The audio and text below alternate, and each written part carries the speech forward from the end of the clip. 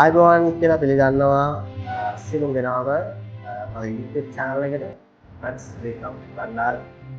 අදත් අපි තවත් අලුත් ගානක් අරගෙන ඇවිල්ලා තියෙනවා. 11 ශ්‍රේණියේ ළමුන් විභාගයේ කියන ළමුන්ට ජ්‍යාමිතිය ගාන හැමෝම අමාරුයි කියන හැමෝම හදන්න උත්සාහ නොකරන ජ්‍යාමිතිය ගානක් අපි බලමු බොහොම පහසුවෙන් හදාගන්නේ කොහොමද කියලා. ඉතින් මේ ගාන මුලින්ම තිරේ තියෙනවා. හදාලා උත්සාහ කරලා එන්න. එතකොට ඔබට මේකේ හොඳම හරය ගන්න පුළුවන් මේ ජ්‍යාමිතිය ගානක් කොහොමද ගොඩනගන්නේ කියන එක පිළිබඳව. එහෙමනම් අපි පළවෙනි ප්‍රශ්නය දිහාවට යමු එමු.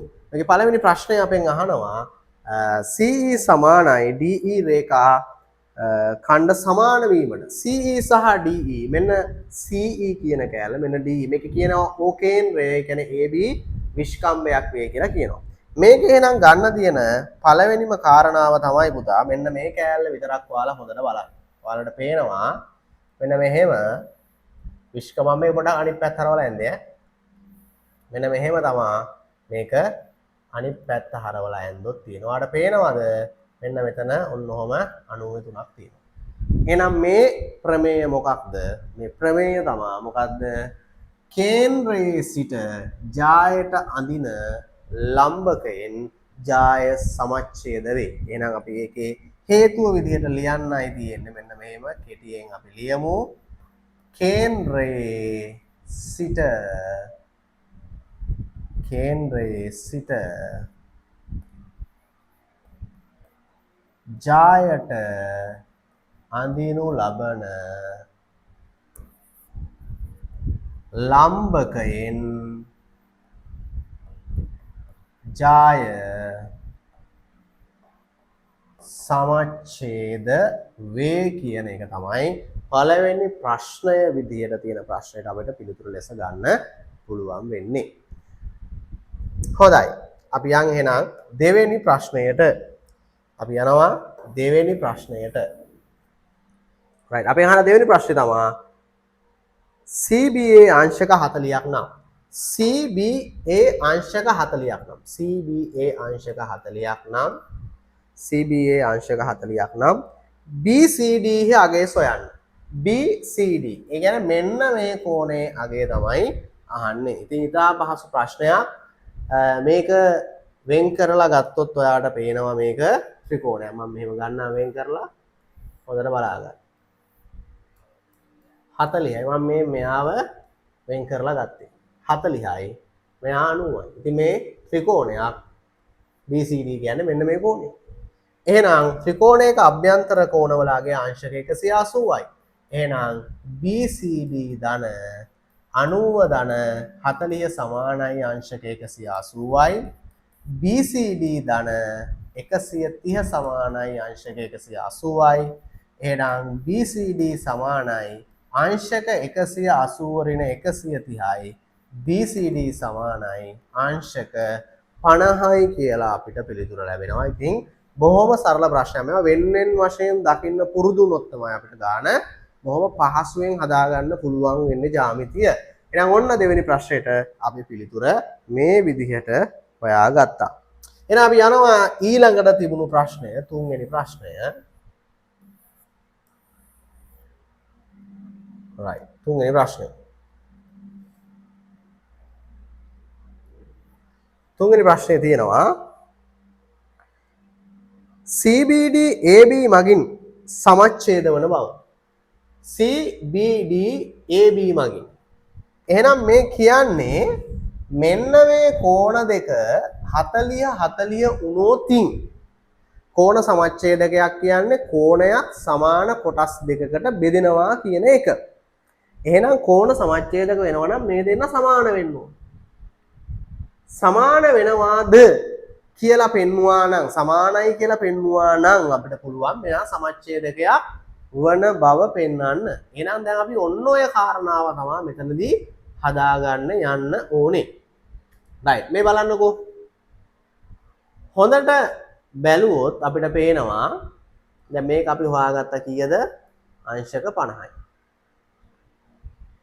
මෙන්න බලන්න මං මේක පොඩ්ඩක් අයින් කරන්නම්. මෙයා 50යි කියලා අපි හොයාගෙන තියෙනවා. දැන් මේ තියෙන්නේ විස්කම්භයක්. මෙන්න මේ ප්‍රමේය ඔයාලට මතක් වෙන්න ඕනේ දැන්. මොකද්ද ප්‍රමේය? මෙන්න බලන්න මෙහෙම තියෙනවනේ. ඔන්න බලන්න. මේ තියෙන්නේ O. මේ තියෙන්නේ A. මේ තියෙන්නේ C. මේ තියෙන්නේ B. ඔන්න බලා ගන්න. මොකද්ද ප්‍රමේය? හොඳට මතක් වෙන්න ඕනේ. මොකද්ද? මෙන්න විස්කම්භය මගින් වෘත්තය මත ආපාතනය වන කෝණයේ අංශ කීයද? 90යි. එහෙනම් අනිවාර්යෙන් මෙයා අංශක 90ක් වෙනවා. එයා අංශක 90ක් වෙනවා. දැනටමත් මේ කෝණයේ අංශක 50ක් වෙලා තියෙනවා.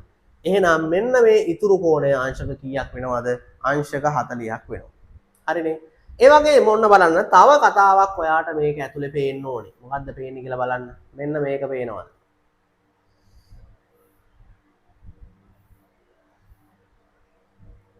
කොහොමද තියෙන්නේ? ඔයාට පේනවද මෙන්න මේ කෑල්ල. මම මෙන්න මේ කෝණ දෙක ගන්න. මම මේ වෙනම ඇඳලා පෙන්නන්නේ. එතකොට මේක හරි ලස්සනට පේනවා. ඔයාට පේනවද මෙන්න මේක? මොකද්ද ඔය ප්‍රමේය? අන්න එකම වෘත්ත ඛණ්ඩයේ කෝණ සමානයි. එහෙනම් මෙන්න හරිම සරලව අපිට එනවා මෙයා 40යි නම් මෙයා 40ක් වෙනවා. අන්න අපිට අවශ්‍යතාවය තිබ්බේ ওই දෙක 40යි කියලා පෙන්න ගන්න. ඒ වැඩේ ඔප්පුණා. දැන් අපි එහෙනම් ඕක ඔය පියවර ටික ලස්සනට ගලපලා ලියමු. කොහොමද පටන් ගත්තේ? මෙන්න මෙතනින් 90යි කියලා පටන් ගත්තේ. රයිට්. අපි එතනින් පටන් ගමු. එහෙනම් මෙන්න ලියනවා ACB කෝණය සමානයි අංශක 90යි. අපි කියනවා විස්කම්භය මගින් වෘත්තය මත ආපාතනය වන කෝණය. එහෙනම් එතනින් අපි ගන්නවා ACD. මෙන්න අපි ගන්නවා ACD ධන 50 සමානයි 90යි. එම නිසා ACD සමානයි 90 ඍණ 50 සමානයි 40යි කියලා එනවා. දැන් අපි කියනවා ACD ට සමානයි ABD. ACD ට සමානයි ABD. මොකක්ද හේතුව? ACD ට ABD වේ මම මෙතන පෙන්නලා තියෙනවා. මොකක්ද හේතුව? එකම වෘත්ත ඛණ්ඩයේ කෝණ. එකම වෘත්ත ඛණ්ඩයේ කෝණ. එකම වෘත්ත ඛණ්ඩයේ කෝණ. අන්න එතකොට අපිට එනවා එම නිසා ABD සමානයි අංශක 40යි. දැන් අපිට පැහැදිලිවම පේන්න තියෙනවා ABD සහ CBA සමානයි. අන්න එහෙනම් ගන්නවා අපි එම නිසා ABD සමාන වෙනවා ABC ට.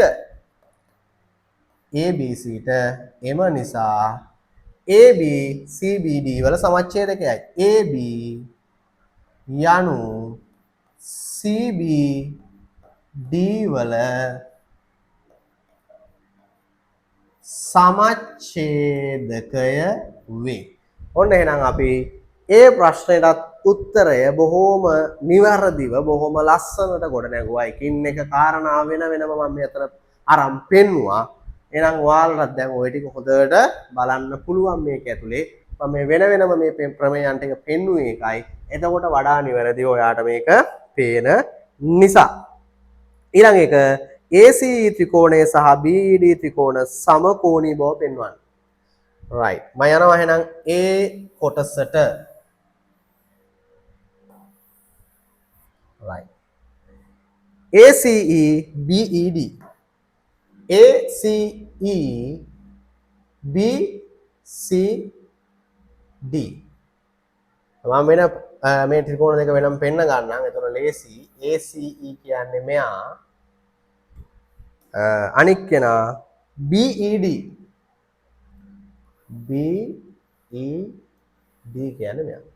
ඔයාලට දැන් පේනවා කහ පාටින් පාට කරලා ත්‍රිකෝණය සහ මේ රතු පාටින් පාට කරලා තියෙන ත්‍රිකෝණ දෙක සමරූපී බව පෙන්වන්න. සමකෝණී බව පෙන්වන්න. දැනටමත් කෝණ දෙකක් සමාන වෙලා තියෙනවා. අපි දන්නවා සමරූපී වෙන්න නම් කෝණ තුනක් සමාන වෙන්න ඕනේ. හැබැයි කෝණ තුනක්ම සමාන විය යුතු නෑ සමරූපී වෙන්න. මොකද හේතුව හැම ත්‍රිකෝණයකම අභ්‍යන්තර කෝණවල අගය 180යි. ඒ නිසා අවම වශයෙන් කෝණ දෙකක් සමාන වෙනවා නම් ඉතුරු එක ඉබේම සමාන වෙනවා. හේතුව හැම ත්‍රිකෝණයකම අභ්‍යන්තර කෝණවල අගය අංශක 180ක් වෙන නිසා. එහෙනම් අපි මෙන්න කෙලින්ම යනවා කවුද ත්‍රිකෝණ දෙක ACE ත්‍රිකෝණය හා BED ත්‍රිකෝණ වල අපි හැම වෙලේම හදන කෙනාට ලියන්න ඕනේ මේවා බලා ගන්න පුළුවන් වෙන්න. එයාට වෙනම මහන්සියක් නොදා මේ උත්තරය බලන්න පුළුවන් වෙන්න අපි ලියන උත්තරේ ලියන්න ඕනේ. ඒතකොට එයා දන්නවා මෙන්න මේ ත්‍රිකෝණ දෙක තමයි මේ තෝරගත්තේ. එහෙනම් අපි ඒකේ කියනවා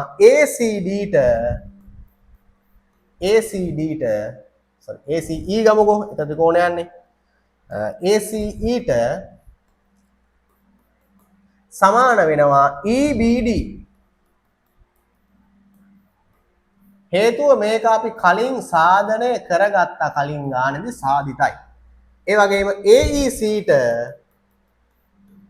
සමානයි DEB. හේතුව අංශක 90ක් වීම. ඊළඟට අපිට ගන්නවා CAE ට සමානයි EDB. හේතුව ත්‍රිකෝණයක අභ්‍යන්තර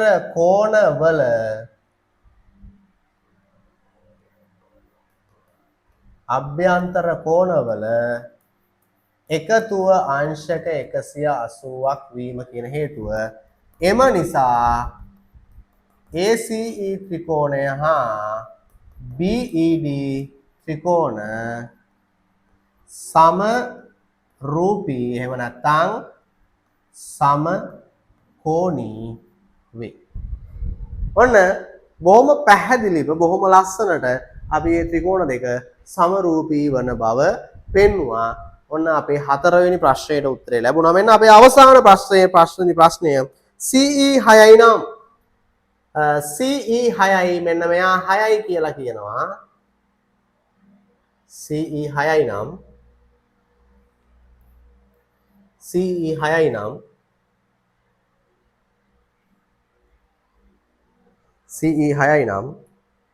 AEBE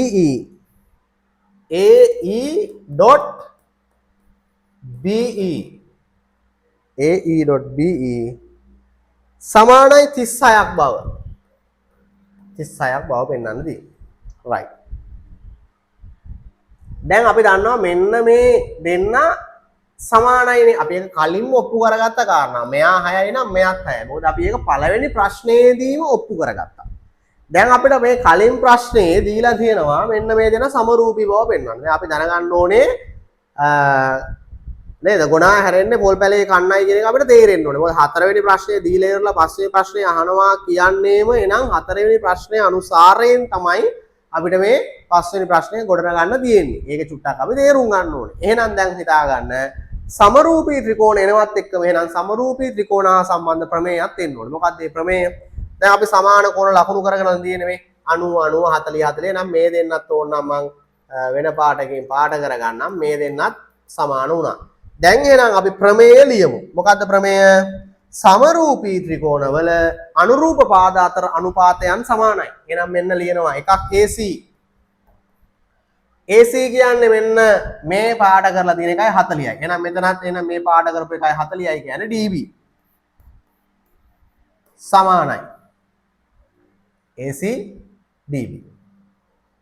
අනිත් පැත්තෙන් ගන්නවා EC. EC කියන්නේ 90 සහ 40. මෙතන 90 සහ 40 කියන්නේ EB.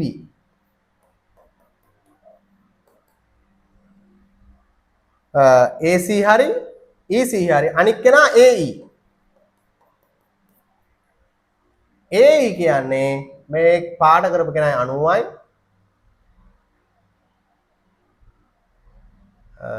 පාඩ කරපු කෙනා 90යි කියන්නේ මෙතන DE. right. දැන් අපිට කියන්නේ AEB. මෙන්න AE තියෙනවා. BE මෙන්න තියෙනවා.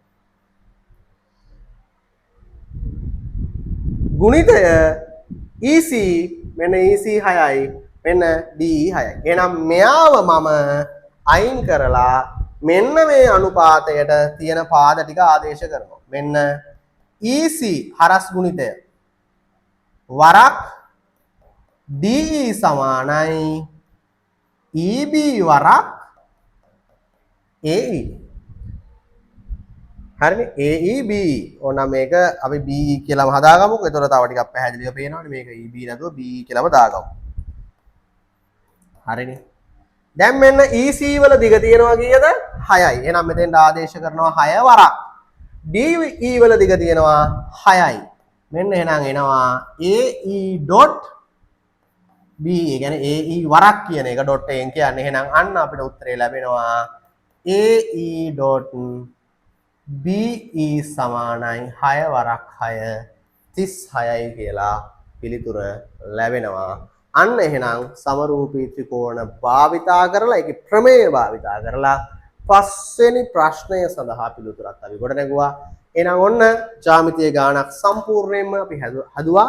මේක මට ළමයෙක් එවපු ගානක්. ඉතින් ඔයාලටත් පුළුවන් ඔයාලටත් තියෙනවා නම් යම් ගැටලුවක් උත්තර හදාගන්න තේරෙන්නේ නැති කොච්චර උත්තර පත්‍රයක තියෙන උත්තරේ බැලුවත් ඒක හරියට තේරුම් ගන්න බැරි ගානක් තියෙනවා නම් ජ්‍යාමිතිය ගණන් වගේ අමාරු ගානක් ඔයාලට පුළුවන් මට මැසේජ් එකක් දාන්න. ඔයාලගේ නම්බරේ තියෙනවා මෙතන මගේ නම්බරේ WhatsApp මැසේජ් එකක් දාන්න මෙන්න මේ ගානවල පොඩි වීඩියෝ එකක් කරන්න කියලා මම ඒක කරලා අප්ලෝඩ් කරලා ලින්ක් එක දාන්නම් ඔයාලට බලන්න පුළුවන් වෙන්න. එහෙනම් පුතේ අපි නැවත වීඩියෝ එකකින් හම්බ වෙනකන් සමු ගන්නම්. සියලු දෙනාටම සුබ දවසක්.